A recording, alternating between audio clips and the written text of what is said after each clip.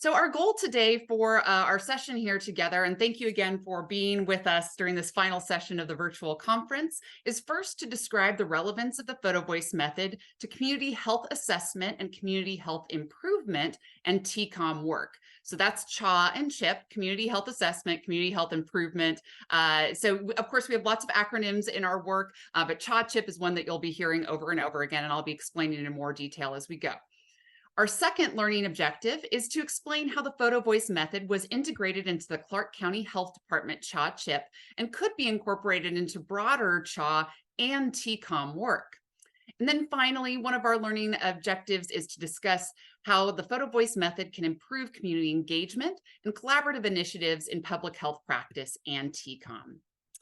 So what is Photovoice? I seem to be doing things in threes. So we've got another three primary goals of Photovoice here, this time articulated by its founders, Drs. Carolyn Wong and Marianne Burris, public health researchers who originated this method more than 30 years ago in working with women in rural China during the days of the backlash of the Cultural Revolution in China. So during this time, these women who were experiencing enormous amounts of environmental health disparities, especially around water quality, were not believed by their local party officials when they described the nature of these hazards in their community. So the Drs. Burris and Wong equipped their participants and co-researchers with cameras. I think they may have been Polaroids at that point, equipped them with cameras to be able to document what they were seeing and then write narratives to describe those realities to policymakers, with this idea that photography becomes this kind of incontrovertible evidence of the community realities that folks are seeing from their own perspective there. So one of the things I always like to mention is how much easier it is to do the Photovoice method nowadays, 30 plus years later, than it was for Marianne Wong and Carolyn Burris, because they were having to deal with these development of cameras, giving people equipment, all of that, when all of us now are pretty much equipped with easy cameras that we use to document our lives in so many different kinds of ways. So that's our first goal of any Photovoice project. And Photovoice has been used in a lot of different applications that I'll talk about in a minute here. But in any Photovoice project, regardless of the topic, our first goal is to convene groups of participants to identify community health strengths and concerns that they would like to creatively document with their own photography. So from a public health perspective, that's documenting both our community health facilitators and barriers that get in the way of achieving optimal health outcomes at that community level. So first, we're documenting those issues like those women in rural China did in the 70s. But that isn't enough, right? We aren't content to just document those photographs. We want to be able to have community conversation about what those photographs mean. So we facilitate, as a second goal, group dialogue to critically unpack how and why communities experience health issues prioritized by the group. So that's that participatory analysis where people are really getting the opportunity to describe not only what they're seeing, but how and why that's important for their community's outcomes. Then third, our goal is to reach decision maker audiences using exhibits and other dissemination methods to encourage social action and the adoption of health promoting policies. So we're not just taking photos, we're not just talking about them, but we're taking them to policymakers and decision makers to try to make a difference in what's happening and actually make change. So a little bit more of some of the ways that Photovoice benefits its participants and communities, as well as some of its applications. So you can really think about this as a method for empowering participants and generating critical consciousness of community issues. And the way that this has been theorized to happen in kind of a linear progression is first drawing attention to conditions that maybe community members had become accommodated to. You know how you sometimes walk by the same tree over and over on your morning walk, but you don't even notice it until it starts maybe changing colors or something like that. So we become kind of numb to different kinds of realities, right? So the first goal of Photovoice is to make those realities less passive and more actively aware in people's consciousness. Then we're on Photovoice seeking to facilitate not only awareness of those issues, but emotional engagement with them that then is theorized to create this kind of intention to act to make change, right? So that's kind of the progression by which we, the Photovoice literature, and you can see some of the references down here, talk about how empowerment happens in the Photovoice process. So another really important element about Photovoice and why I have found it to be so useful in my community engagement and participatory work around behavioral health conditions is that it is really allows for a lot of decision making by participants around what they want to disclose about their own identities. So when we're dealing with stigmatized health issues like substance use disorder and mental health issues, child welfare system involvement, as well as different kinds of experiences of minoritized communities, Photovoice really allows participants to be able to determine when and how they're disclosing their own personal identity. And that works for a number of different ways. And I'll just describe it theoretically here, and you'll see how it works practically when I talk about our methods in a minute. So first, you have in the actual group where you're discussing the photography, we go through different kinds of contracting guidelines. So folks really are agreeing to be confidential in that closed container of the group that's actually doing the photography and the discussion. So you can stay protected in the kind of confines of that closed container, and you can decide your levels of disclosure in sharing what you've done with the rest of the community. All of the photos and caption combinations that result from Photovoice are totally de-identified. So it becomes this kind of collective standpoint that people can take their individual identity that might have different kinds of disclosure risks around it out of the picture and show their intimate personal realities with this kind of collective identity type of protection. So because of this kind of ability to facilitate disclosure management, Photovoice has been employed with a lot of different kinds of minoritized and stigmatized groups, such as people living with HIV/AIDS, gender non-binary young adults, people living with mental illness, people with substance use disorder, people experiencing houselessness, and people with disabilities. And it's also been applied beyond public health. And I, as a public health person, I'll claim this is the method, it came out of the public health context, like I described with Wong and Burris, but it's also been applied to architecture and urban design, as well as different kinds of social justice initiatives. And different references here would allow you to dig into some of those different kinds of applications. So now let's talk a little bit about Photovoice and its relationship to TCOM. So my argument here is that we have a lot of different amazing TCOM tools for personal and family level assessment and outcome management, for program level assessment and outcome management, and system level assessment and outcome management. We can think about Photovoice, or that's my argument to you, we can perhaps think about Photovoice as a TCOM tool for community level assessment and outcome management, using those same transformational values and collaborative values that we bring to our other TCOM tools. So I've gone ahead and done a little bit of a crosswalk here on this table. So on the left-hand column is some of the different principles of Photovoice, and the right-hand column illustrates some of the principles and values of TCOM. First is our goal that you'll remember from our slides from Wong and Burris's original method, where our first goal is to record and reflect community strengths and concerns. Sounds pretty familiar in terms of the value of appropriateness and the principle of action levels for rating needs and strengths when we're talking about a CANS or a FAST or an ANSA. Second, with Photovoice, we have this goal of facilitating group dialogue to critically unpack how and why communities experience health issues prioritized by the group. This aligns really nicely with our TCOM defining principle of collaboration to support the development of a shared vision and consensus on joint action. So again, with TCOM, we're not content to just assess and manage outcomes. We're taking what we've learned about needs and strengths and turning them into action in support of building strengths and addressing different kinds of needs. Then third, in the Photovoice goals, as you'll remember, is encouraging social action and the adoption of health promoting policies. This aligns really nicely with our TCOM defining principle of transformational change, not just satisfaction with services, as our objective with any kind of assessment and interventions. And then finally, in Photovoice, we have this requirement to meaningfully engage participants in making decisions at every step of the research process, all the way from topic selection through analysis and dissemination. So it isn't just me as a researcher coming in and deciding what research questions we're going to ask, how we're going to collect the data, what the data mean, and what we're going to do with it.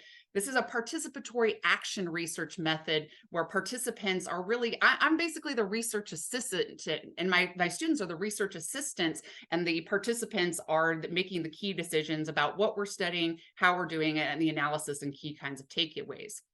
Sounds pretty familiar to our TCOM guiding principle that people have voice and choice in participating in and completing assessments and interventions. So there's the crosswalk for you. And then one final piece on this kind of theoretical bit that I want to highlight, the project that you're going to be hearing about today, and I think more broadly, the ways that we can integrate Photovoice and TCOM together can address some of the critiques of different applications of the Photovoice method in the past. And you can see some of the references to those critiques on the slide here. First and foremost is the critique that this participatory action research method of Photovoice has not been consistently adhered to. Specifically, there's been a black box in the literature in terms of how participants are actually involved in analyzing the photos that they generate in response to different kinds of topics. How does this happen? Most of the current journal articles, as found in a review of reviews by Seitz or Orsini, did not really explicate how this participatory analysis is supposed to happen, which is really unfortunate, given not only this is a key goal of Photovoice and PARD research methods, but also the method is so conducive to engaging participants in analysis, as you'll hear in a little bit here. So what we wanted to do here with this method was to create opportunities for participants to reflect on their original photo and caption submissions in critical group conversation using a couple different strategies, including notes and some recaptioning that I'll tell you about in a minute here. A second limitation or critique of current Photovoice applications is that they've been inconsistently evaluated in terms of outcomes and impacts. So typically when we're talking about Photovoice dissemination, that third goal of Photovoice, the traditional way of doing this is to have a public exhibit with nice big posters in which decision makers and members of the public are invited after the participants have done the photography and the caption writing work. But in the articles about Photovoice, there's really limited reporting in terms of whether the relevant decision makers were invited, who actually attended, and what knowledge they left with. In fact, we know way more about the production of the photo narratives than the actual consumption of them, which seems like a big gap given what we know about that third goal of the Photovoice method. So what we wanted to do with this project was evaluate the combination of process, outcomes, and impacts of Photovoice projects on participants, their intended audiences, and then real and proxy changes in different kinds of community conditions. So as many of you all know, if you're doing any kind of policy change work or systems change work, it can often be difficult to draw a straight linear line between what you've done here and a long-term kind of outcome in the future. But what we can do is do a little bit of immediate outcome assessment of intentions to act that we'll talk a little bit more about in a minute here. Okay, but let's go ahead and hear from you all. So a couple of things. I'm going to go ahead and switch my screen share over to a Slido poll here. Hopefully this works out okay. So you should be able to either use the QR code that you're going to see in a minute here, or the link that I'm going to put out in the chat. Let me make sure we have that. To answer the question, have you ever come across Photovoice before in your work? So there's the link, hopefully. Let me try this one more time. It's not, okay, that should do it, hopefully. But go ahead and use your QR code reader if you have it. Answers are coming in. You can see them in real time. So far, this is a brand new method for folks, so that's really exciting. Oh, 1%, I think, out of the percentage has heard of it before. We'll just let the poll run for a minute here. And while you're responding to that question, you can also think about in the chat, What are your initial thoughts on the potential of Photovoice as a TCOM tool? So go ahead and fill out that poll. And if you want to put anything in the chat about your initial thoughts about Photovoice as a TCOM tool, that would be great.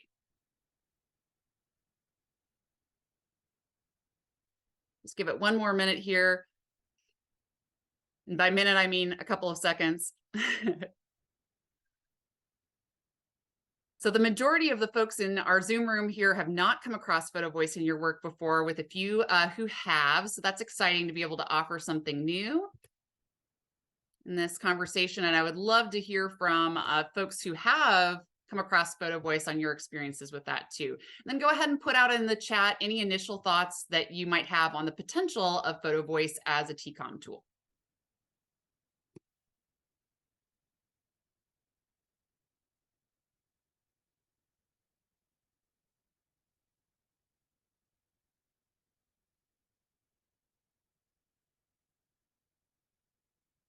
So Kimberly asks, Dr. Tumlin asks, the same question she regularly gets about TCOM tools. How do we use the findings of Photovoice in a dynamic manner? Well, I will be interested to hear, we'll talk a little bit about the dynamism of how we've shared the results of Photovoice in this particular instance. And I'll be interested to hear, Dr. Tumlin, if you have any thoughts about how this might inform what we do with the findings of other kinds of TCOM tools in how do we share that in a dynamic manner? Great question. Okay, let's continue using the chat if you'd like to, is to process those thoughts, but let's go ahead and dig into our next steps here. Oh my gosh, amazing. Dora Hall, Winchester, Kentucky, was part of the second meeting about Photovoice. It was a useful planning tool. That's amazing, Dora. I'm so glad to have you here. So please chime in with your thoughts as well as we go. That's wonderful. How cool. What a closed circle here, closing the loop. All right. So let's take a look here at what is the role of local public health departments. So that's our convener here for the community health assessment and community health improvement process, that the CHA chip that I was talking about in terms of our goals and objectives for today. So local health departments are responsible for delivering, per their accreditation guidelines and the Centers for Disease Control and Prevention dictates, the 10 essential public health services. And you can see a graphic here describing all of those different elements. You can see 2 of those elements here under the assessment rubric. We've got 4 of those components under the policy development rubric, and then 4 of those essential public health services under the assurance activities here. So really what I want to highlight here with this graphic is, if you're not familiar with what your local health departments do and are required to do as part of their public health function, these are some components of what's happening in the background with your local health departments as you're working with children and family and different kinds of behavioral health and child welfare contexts here. And as you'll see as we go, lots of these are really relevant to what we do day in and day out: assessing and monitoring population health, investigating and addressing health hazards and root causes, and communicating effectively and educating, strengthening, supporting, and mobilizing communities and partnerships, enabling equitable access, improving and innovating through evaluation, research, and quality improvement. So again, just a promotion for local health departments and what they do, and kind of how the big picture of how what they do fits into the CHA chip process that I'm going to be talking about next. So what is a CHA and what is a chip?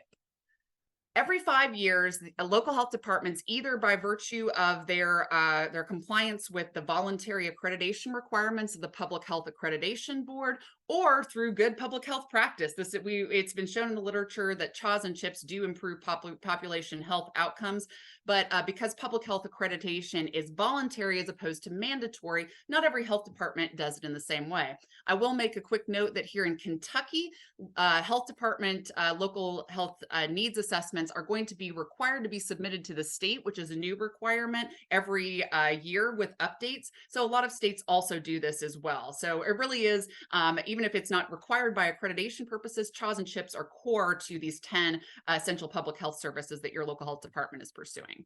So the first step, and this cycle happens every 5 years, is the community health assessment. This health assessment identifies key health issues through systematic, comprehensive data collection and analysis that involves convening stakeholders and partners from across the whole community, everybody from transportation to the school system to behavioral health care providers. The public health becomes a convener of all these different kinds of data sources that they compile.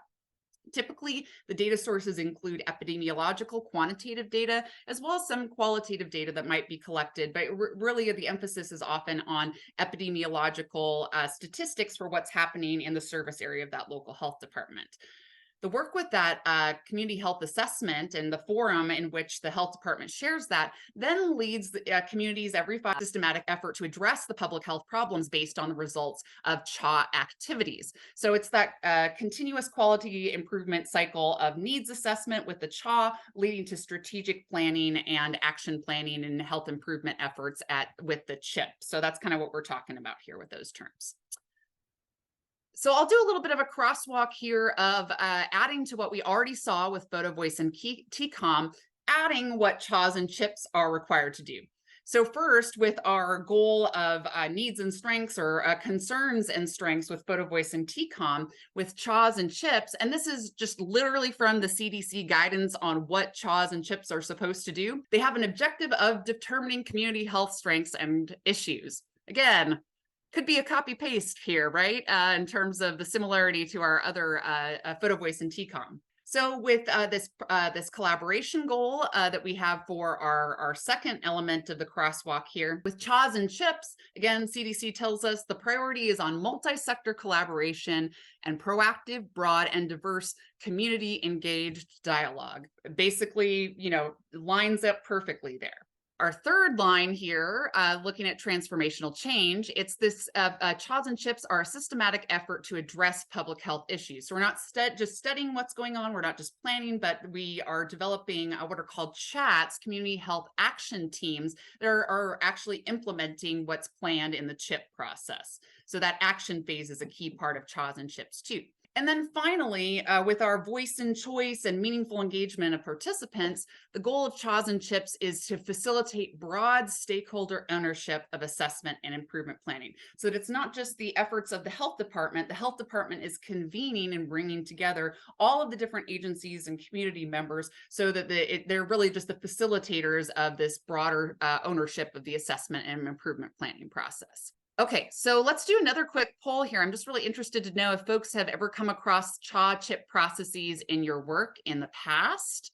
So I'll toggle on over to our poll here. Give me 1 second, get that set up. Have you come across CHAs and CHIPs in the past? Thanks to folks who are providing their input. And as you're voting on the poll, you could also add to the chat, what are your initial thoughts on the relevance of CHA-CHIP work to TCOM? So far, as you all can see from the poll results, majority of respondents have not come across a CHA and CHIP processes in their work. So if you leave this session without anything else, I think I hope that it will encourage you to think about ways to bring your local health department to the table and also leverage what they're doing every 5 years to inform your own quality improvement needs. They're gathering all these data at the county or the community level for you on what are the strengths and concerns of from a public health perspective that provide kind of that background of the social determinants of health in which you're doing your work with parents and families.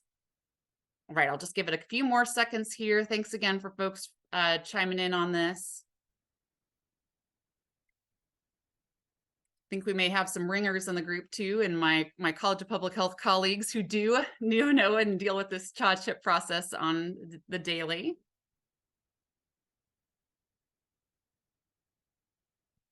All right, so again, kind of my key takeaway here is that this is a new, so Photovoice is new for folks, and the CHA-CHIP process is new for folks. So again, like I said, if you take nothing else away from this process, learning what a CHA-CHIP is and what your health department is doing every 5 years and how it might inform your strategic planning and system change efforts is something I certainly hope goes with you.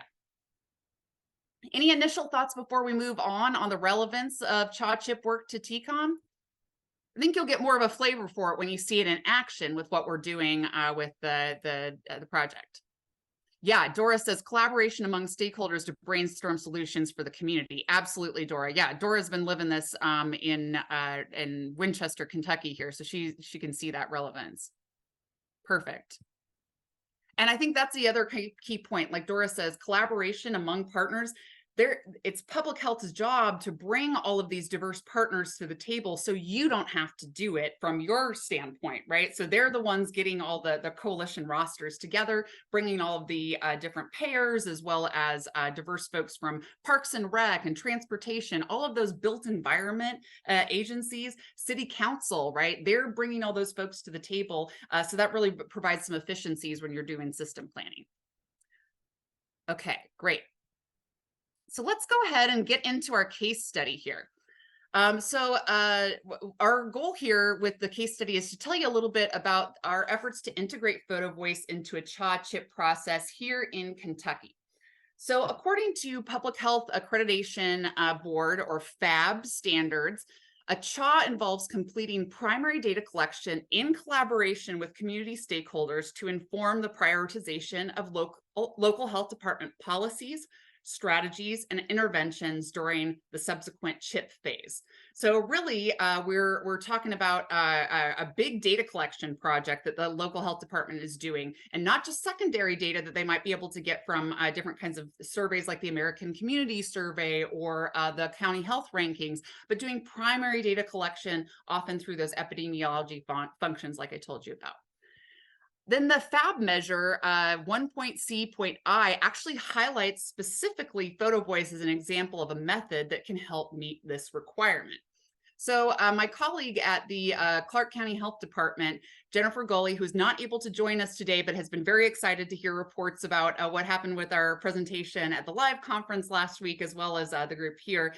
Jennifer Gulley, who's the Quality Services Manager at Clark County Health Department, and of course, Dora could tell us more about this, but that's a county seat of Clark County, just east of me here in Kentucky, the home to Ale 8, which is our signature soda, ginger ale that is the most delicious thing ever. So if you come to visit us in Lexington, if you ever have an Ale 8, you're going to be thinking about Winchester, Kentucky. It's also a beautiful place with lots of diverse community kind of assets in terms of geography, and you'll see some pictures of some of those parks.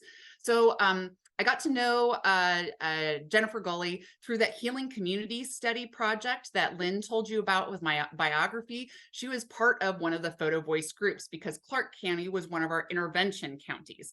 So she was really eager to join that group because she had previously tried to integrate Photovoice into her CHA chip process and was not satisfied with the results. And she felt like it really fell, previous efforts had fallen on their face. And I wish she could tell you more about this because it sounds like kind of self-serving coming from me, but she would tell you that previous efforts kind of fell on their face because they didn't have a clear sense of the method and how to do group discussion and a facilitator to help make it easy. That's what facilitation means, right? Is making something easy. So Jennifer said, okay, Margaret, we got to do this together. Now that we've had this great experience with the HEAL study focusing on the opioid epidemic in Clark County, I want to bring you on and your students on to help us with conducting a Photovoice project to support the CHA planning. So the big difference, I would say, between what we did with the Healing Community Study and the health department process is the Healing Community Study is definitionally focused on the opioid epidemic. That's what we're funded to do.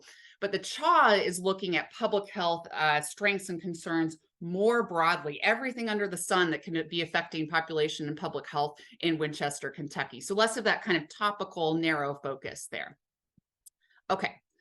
So just to give you a sense here of what came out of our Clark County project with the Healing Community Study, this was the topic that this particular example came from. What does stigma look like in my community?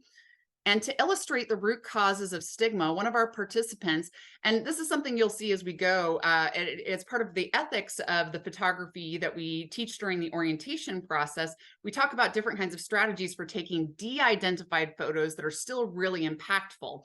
So as you look at this photo here, we have no idea who these people are, but the reality that they illustrate through this caption that I'll read for you could be talking about anyone in any of our communities. So this caption reads, and this was of course written by the participants after their analysis, the idea was to show somebody reaching out and asking for help and people turning their back because of who's asking or who they perceive as asking, and it's very real. We see it. I've seen it 3 times this morning. We've had someone walk in the door that was turned away from somewhere else that they should have gotten help. One particular woman, another agency called the police because she's very mentally ill and was very high. Right. So that was one of the examples out of Clark County that we helped use to train folks on our project with the community health assessment. So what you see here are some of the demographics from our Clark County team. Jennifer, and again, this is why it's so cool to work with different partners here. Jennifer already has great listservs and distribution channels for pushing out information about opportunities to her community that folks learned about this opportunity. So she has some listservs. She also worked with the Greater Clark Community Foundation to publicize the study and participated in a few pop-up events in partnership with Parks and Recreation. We had 23 members of the Clark County community joining one of 4 groups that we facilitated via Zoom. Clark County is fairly large geographically, and we wanted to operate it via Zoom so that lots of folks could participate and transportation wasn't an issue here. So you can see some of the demographics of our team participants. We majority female, and from a racial perspective here, although we see almost 83% of the group was white, that's actually proportionately a smaller number of white, a greater number of Black and African American community members who participated than the general population in Clark County. Another thing I want to highlight from the demographics is that we see a big range in education levels, including 22% high school degree or equivalent, 22% some college and no degree. I think that points to the accessibility of Photovoice for people of different kinds of literacies and being able to use images in addition to kind of data and the traditional ways we think about community health assessment, really much more accessible for folks with different literacies and different kinds of communication strengths. One last thing I'll mention too is that we offered a very small incentive for participation. I think it might have been like $10 per session. And a lot of the participants donated it back because they just wanted to participate at the end of the process. So small incentive was offered as well to compensate folks for their time. Okay, so a little bit about the Photovoice process that we took. And so we're just going to follow the bouncing ball here. The orange balls or dots represent what's happening during those Zoom sessions I mentioned, and there are 4 of those Zoom sessions total that each of the groups participated in. The yellow dots represent what's happening in between those sessions. So during orientation, we come together and talk about the same Photovoice goals that you all heard about together. Then Jennifer talked a little bit about what I told you in terms of why she wanted to integrate Photovoice into the chip process and educated people a little bit about what CHAWs and chips are if they're not familiar with them. Then we talked a little bit about the ethics of photography, which again, is so important in our social media age as we're discovering and thinking through the ethics of sharing identifiable photos of folks. So we talked about some of the different kinds of issues to bear in mind, especially in terms of sharing anything that might be incendiary or litigious, or excuse me, be slanderous in terms of character, right? Anything like that. So we have a set of different kinds of ethics we talk about and examples of how to take de-identified photos, as well as a form that we gave participants for if they wanted to take an identifiable photo for securing informed consent of that participant who is being photographed to share the photo with the project. So only any of the identifiable photos you might see in the slides here are only with participant consent. Then, of course, we went through the informed consent process for our IRB to make sure everybody understood how the images and data were going to be used. And then we generated a list of topics using a facilitation technique called the nominal group technique. So it sounds fancy, but it's pretty straightforward. What we did was ask participants round robin to respond first to the question, given what we've learned about Photovoice and CHAWs and chips, what are the most important community health strengths to illustrate with our Photovoice project? So people had the opportunity to think about that question, reflect on it in their own hearts and minds, and write down on a phone or on their little cheat sheet there, so a bullet point of how they would respond to that question. Then we asked another question. What community health concerns are most important to illustrate with our Photovoice project? So after folks had done their personal silent reflection on those two questions, we round robined out and asked folks to, as I was taking live notes on a screen shared document, to populate each person suggesting one item from each of their lists to populate that list. And we kept going around the circle with the strengths question and the concerns question until we felt like we got all of the issues that they had come up with on that list. And that became its own kind of research product in and of itself, kind of the research questions that the participants wanted to surface. And, you know, my local health department colleague loved this because we were getting kind of that participant generated list, the bullet pointed list really of what those concerns and strengths were from that initial pass. So we use that topic list to guide participants in photography. So for the first session, they went ahead and did photography illustrating the topics around concern or around strengths. So we started with strengths, and then they did photography around their topics related to concerns. We came together after my PhD student, Marissa Booty, who also couldn't be with us today, but I met with her earlier today and was excited to hear about how things were going. So Marissa put together a little PowerPoint for us, a show and tell, as I like to call it, of the captions, initial captions folks had written about what we were seeing, where they took the photo, how it connected to the topic. And everybody ran around and showed and told what photos they had shared and why they had connected it to the topic. After everyone surfaced their photos and captions, we had a facilitated conversation where we first talked about, okay, this is what we were each seeing from our individual points of view across this show and tell. How representative or how common are these issues across the rest of our community, across other people like us? So that kind of prevalence question. After we talked about that, we talked about what are the root causes? What is the why of some of the issues that we're seeing in these photos? So that's really fascinating, kind of critical unpacking as we heard about in the introduction. And then third, after based on everything that we learned from the conversation, folks were asked to think about, okay, given what we know now, what action needs to be taken and who needs to be at the table? So that's that action planning movement. So during that session, my PhD student is taking notes on what the participants had to say. And then myself, Jennifer, and Marissa came together between sessions for collaborative analysis, where we'd take those photo discussion notes and organize them using the socio-ecological framework, 5 levels of the socio-ecological framework, and identified 3 big themes that arose from each of the conversations.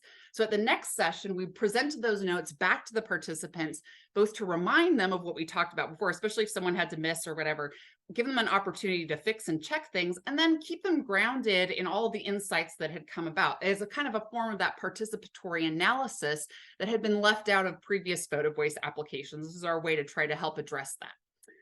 So after those 2 cycles of photo discussion and collaborative analysis, we had a final session where we reviewed thematically organized photos, or we analyzed different quotes from the photo discussion transcripts that the participants had access to that we'd prepared, and then thinking about how they wanted to use those notes and quotes from their conversation to write their captions, and then preparing for the community forums. And participants were able to think about 3 different ways to participate, going back to this kind of idea of Photovoices providing disclosure management.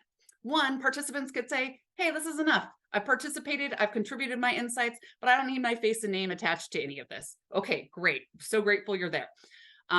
So they could peace out at that point. Second, they could say, okay, I'm not really sure I want to present or anything like that, but maybe I could be an exhibitor. So that involved, when we're sharing the different kinds of products, folks informally hanging out with the postcards and posters you're going to see in a minute here, and interacting with folks who attended the community forums before and after the formal presentations. And then we had members of each of the groups stand up and say, hey, I want to be the one to present our group's findings to the community health forum. So different kinds of levels of disclosure and involvement there. So speaking of those community forums, we were very lucky that one of our Photovoice participants also is a graphic designer who we were contracted with, and she works with a lot of our local nonprofits, different kinds of social service agencies with graphic design. So it's like, oh, let's work together on creating a template here. So what she did was put together a template for the poster you see over to the side here, as well as postcards. So to complement the posters, every single photo and quote combination, as you can see with what I'm sharing here, was represented by a postcard here so that folks could take, like Pokemon, you got to catch them all, catch all the postcards here and take them and just circulate them and send them to people. They were set up so they could even be sent to folks who they wanted to continue the conversation with a little note there. So then we also had a PowerPoint template that she created for us for the final presentation. At the first of these community health forums on November 30th, 2022, representatives of each of the 4 groups presented their top 3 community health concerns and top 3 community health strengths.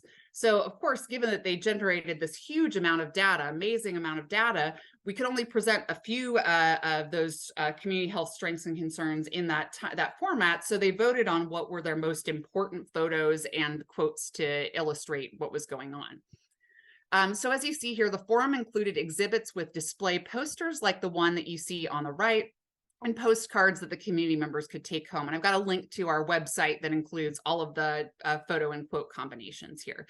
And the idea with this graphic design that Rebecca Campomanes, our amazing designer, came up with is that the light colored backgrounds signified community health concerns. The darker colored backgrounds were community health strength, or I'm sorry, the other way around. Light is, in the same way we often think about it, light is the strengths, darker is the concerns there. So it has that visual representation. And she also was really clever because in our part of Kentucky here, central Kentucky, there's a lot of quilts. People are quilters. So it has that kind of quilting kind of quality here. Pretty neat. So what I'm going to be sharing with you are the results of what one of our participants groups came up with. And they had been called unceremoniously Group 4 because they were the 4th group to get formed. Well, they wanted to come up with a better name than that. So may the 4th be with you. Star Wars reference was the name they came up with for themselves. So I'll share with you the strengths and concerns from this one group as a representation. And this was around the theme of resources working together to meet community needs.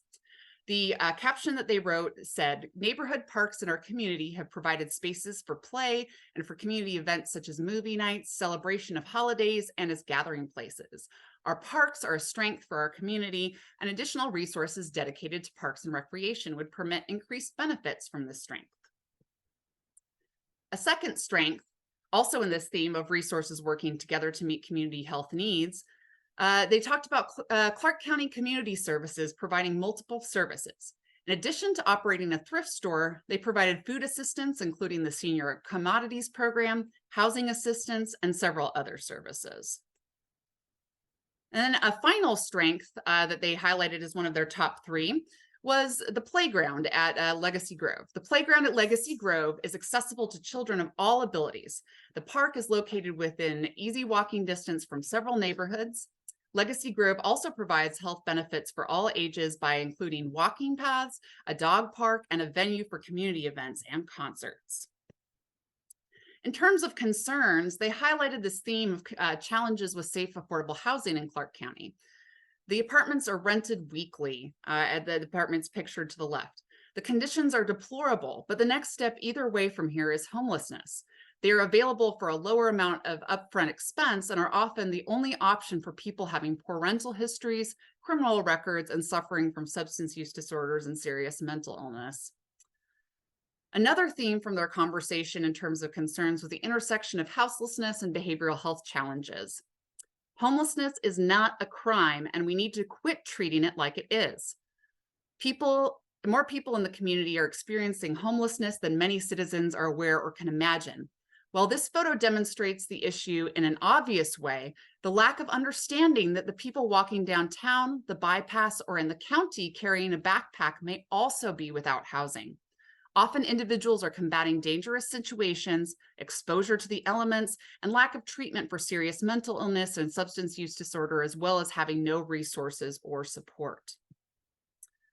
Another image and caption on the intersection of houselessness and behavioral health challenges: we can't arrest addiction. You can't get recovery being locked up.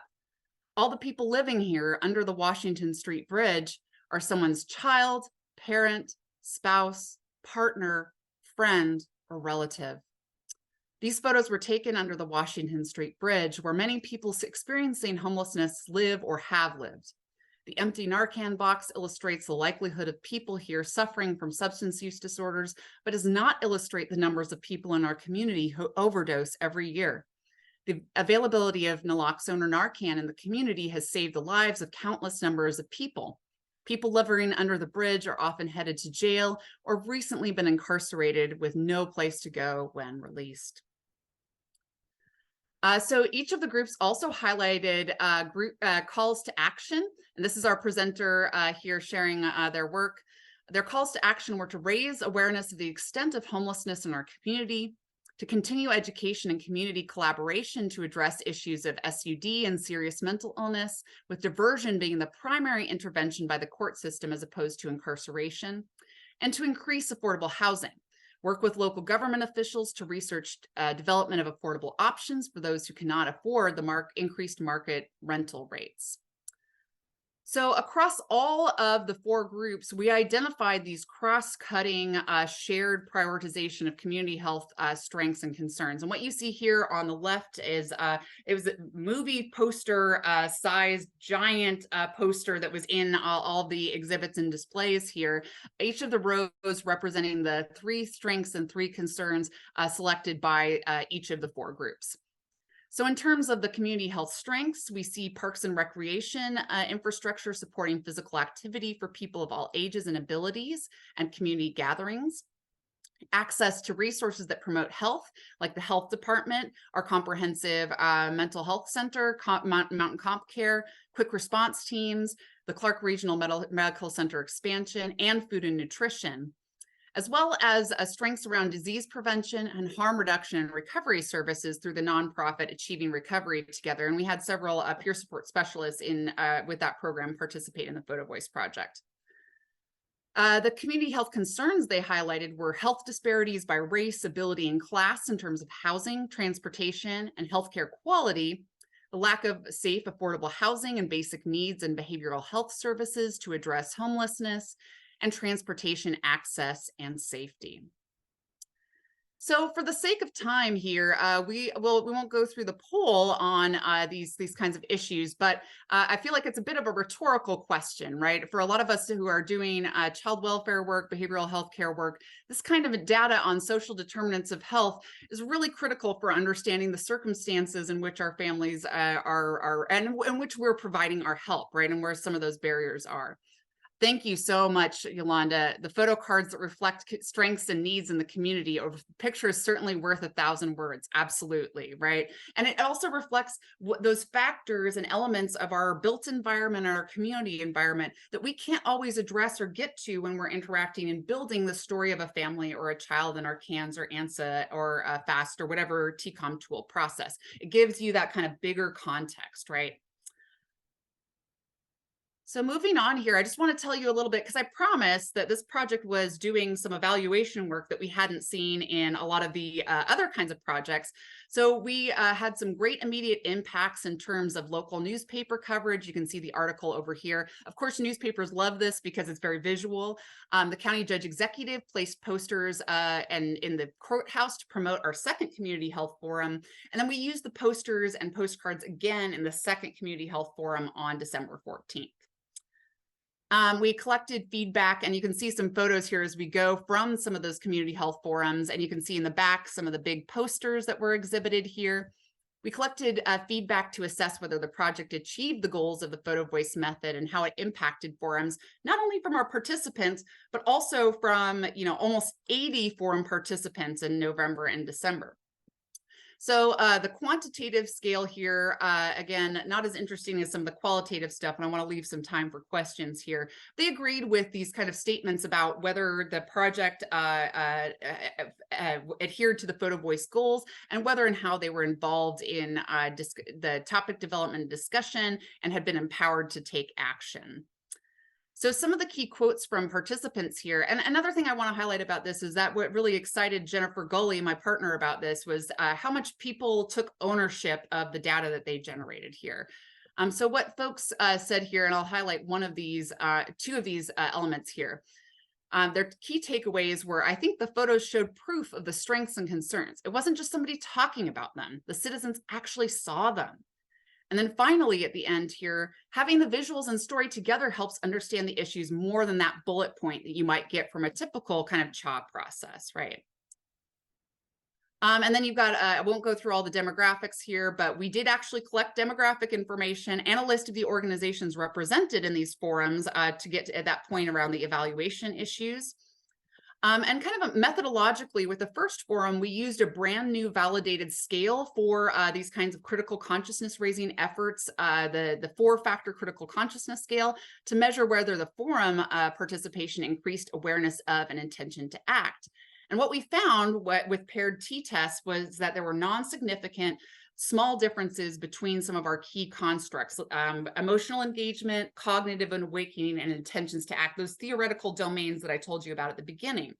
And the takeaway for me from this is that the relatively high pre-test scores that the audience members came in with, because they were already engaged, indicate that there's kind of a floor effect there, right? So the scale may be limited in detecting post-event changes for already engaged audience members.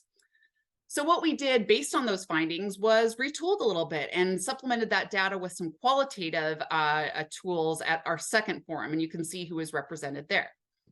Part of what we learned there is that one of the key takeaways is that the number of audience members who had already seen or heard about the Photovoice product before coming to the forum indicated some of that success of circulating those findings in the community outside of the traditional forum in which they were originally designed. And then to what Yolanda said out in the chat here, that one of the exhibit attendees said that this is a visual aspect to our community. A picture is worth 1,000 words. And they also said that it provided a foundation for facilitating and organizing discussions. And it was a real eye-opener for the struggles of drug and alcohol in our area. So you see all these kind of metaphors around eye-opening, raised awareness, I saw things differently, that kind of photo and voice, bringing the community to life, my favorite quote from that one. So we're continuing to have different impacts in terms of this work. I won't go through all the different kinds of pieces here, but we really have been able to integrate these products into the comprehensive planning and transportation initiatives that are happening in Winchester County here. And then they're continuing to use the postcards and the data with these community health action teams that I mentioned earlier. And we also presented at the Kentucky Public Health Association, which led to Lexington Fayette County Health Department and Bourbon County Health Department working with me and my students on integrating Photovoice into their CHIP and CHA efforts here. So let's go ahead and check out the chat here. Yes, Yolanda asked about how were they collecting the data. Yeah, so it was through facilitated conversation, right? So we came together, we did some recruitment. The health department put it out on a listserv, and then we came together for a session like you would do if you're coming together with a family or a child to tell their story, right? So that's the storytelling part. And then they're sending their photos in to me, and we're doing the captioning around that. So it's not kind of the formal tool, but it would be really easy to take that to what we have developed in terms of these postcards and have community members go through and use our 0 through 3 rankings for needs and strengths to assign those different kinds of values there. So hopefully that answers your question, Yolanda. Great one, but really conducive to that same kind of mapping. Any other questions? Dora, any corrections or things you might add from your experiences in this community? I still can't get over that you're there. I didn't get to participate in the first one, but when I went to the second one, I hadn't seen any of the pictures. And I have lived in Winchester my whole 50 years of life. So, you know, the successes, the really awesome things that we were able to highlight, and then the things that still are issues, and we're working hard on it. Homelessness and drug abuse are the two of the biggest things, but not necessarily homelessness, but affordable housing. That seems to be a theme. But the people in that room, when I look at it, and I've known a lot of those people my whole life, we have lots of retired social workers that come to that, those collaborations. And the lady with the white hair that was speaking, she's a retired judge. and so she's there, just the leaders and the stakeholders in the community, all of those organizations, we all work together, and it really came together right before when COVID happened, and then of course it was time for the things that you've described today for that. So it was really cool to see it. Legacy Grove Park, I use it. I'm a therapist. I have taken kids over there because we're just like a block from it, and I have done some EMDR there. It's a cool park. It's really neat. So lots of positive highlights for our community, but then we also, I think the capture of the issues that we need to continue to address, and that strategic planning for the next however many years was really captured in that project. Oh, thank you so much, Dora. And it's wonderful to hear that from kind of your longitudinal perspective, your years and knowledge of the community. Thank you. Thank you. And another one from the chat here, Mahe Garaga comment, the Photovoice project equals quilt also seems to bring unity within the community in that one large poster. Love this. Oh, I love that. It brings out the unity in community. Great. That's, I'm going to use that line. Oh, and please feel free to contact me. You'll have access to all the slides and all that kind of stuff. But if you want to talk about how you might integrate Photovoice even to your work with CANS and ANSA, we talked about that with the in-person session. There are ways to apply Photovoice in less extensive facilitated processes. If you want to do some brainstorming with me, hit me up. You got my email address. I would love to talk with you about how to do this.